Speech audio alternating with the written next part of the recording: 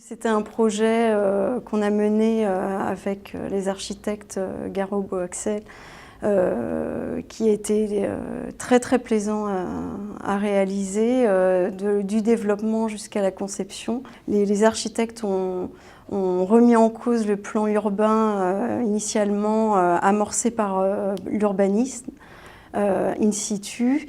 Et ça a été une évidence en fait pour l'aménageur et pour la maîtrise d'ouvrage d'accompagner la maîtrise d'œuvre dans ce plan qui consistait à insérer en fait des maisons, 12 maisons dans une orientation est-ouest pour favoriser l'éco-visibilité, l'ouverture vers le sud, rentrer au chausse-pied pour éviter de détruire les haies bocagères existantes et la végétation qui était très très présente sur ce site. La présence des arbres est essentielle. On a construit très proche, très près des arbres, en prenant soin bien sûr de préserver leur écosystème.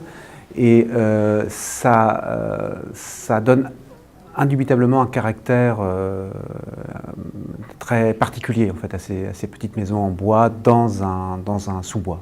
Les urbanistes proposaient autour d'une voirie en boucle, comme ça, des maisons mitoyennes orientées nord-sud pour des raisons thermiques ou des raisons de développement durable.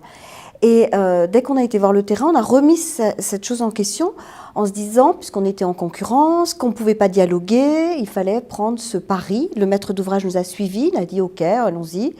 Et on a donc orienté plutôt les maisons dans le sens est-ouest. Elles s'adossent donc à la bordure mitoyenne de chaque parcelle au nord, avec une façade aveugle. Et du coup, la maison devient clôture de la parcelle voisine.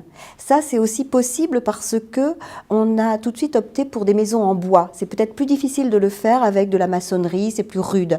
Et quand on a rendu le projet, que l'urbaniste a participé avec l'aménageur et les élus de la ville de Saint-Nazaire, les urbanistes ont été pratiquement les gens qui ont dit c'est ce projet qu'on veut parce qu'il a pris ce pari et il a réinterrogé notre démarche. J'aime bien citer souvent cet aphorisme d'Alberti là, qui dit qu'une ville devrait être pensée comme une grande maison et une maison comme une petite ville. En fait, c'est ce qu'on a mis en œuvre ici. En fait, ce travail très simple sur le rapport entre le vide, le plein, le rapport à la nature. Voilà, c'est une chose très simple en fait, qui est le quotidien de notre travail, qui n'a rien de spectaculaire, mais qui, je pense, est quand même l'essentiel du travail d'un architecte, quoi.